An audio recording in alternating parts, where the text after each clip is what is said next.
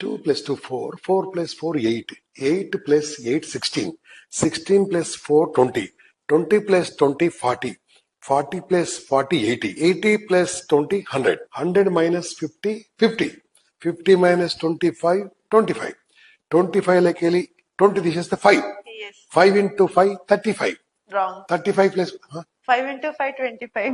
ఏంటండి 5 into 5 35 అన్నారు కదా. నేను అన్నానా? I'm senior, 5 into 5 25. Experienced. Even your నేను experience. చాలా మంది క్లాసులు తీసుకున్నాను. 5 into 5 is 25. నేనేం చెప్పాను?